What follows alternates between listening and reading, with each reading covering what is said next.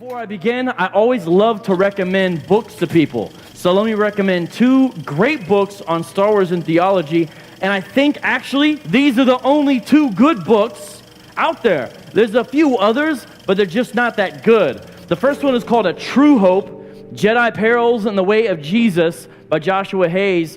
There's spots where it's a little dry, but it has so much systematic theology in it off of Star Wars universe, and in a critiquing way at times, and in other ways drawing parallels. It's like a book I would want to write if I was going to write on it, but it needs a little spice. But it's a great book still nonetheless. You learn about Star Wars, you learn about theology along the way. This is the best one, called Finding God by a Reformed Baptist, Finding God in a Galaxy Far, Far Away, Timothy Paul Jones from the Southern Baptist Theological Seminary in Louisville, Kentucky. That is where he teaches these days, isn't it? It is where he teaches these days. And we've had him on the show before, and we talked about Star Wars, a spiritual exploration of the Star Wars saga. And this book, he writes it almost in an evangelistic way. So if you're like, I want to talk more about what you're talking about, I want to do this kind of thing, go grab those two books. The other ones, like I said, they're not as much. But there's another way to approach this.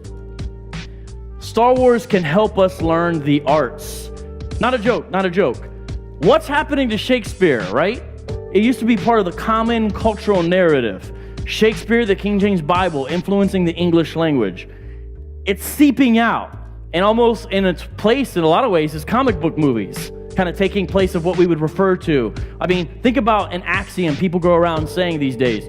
With great power comes great responsibility. Things like that. Well, I have a solution. William Shakespeare's Verily a New Hope. It's Star Wars in Shakespearean language. It is beautiful, it is funny, it is witty, it is so well done. The Empire striketh back. My point is, get these books, read them with your kids, because you'll learn Shakespeare, you'll learn Star Wars, and it's great literature. The Jedi doth return. And not as much, but the adaption's better. The Phantom of Menace and The Clone Army Attacketh.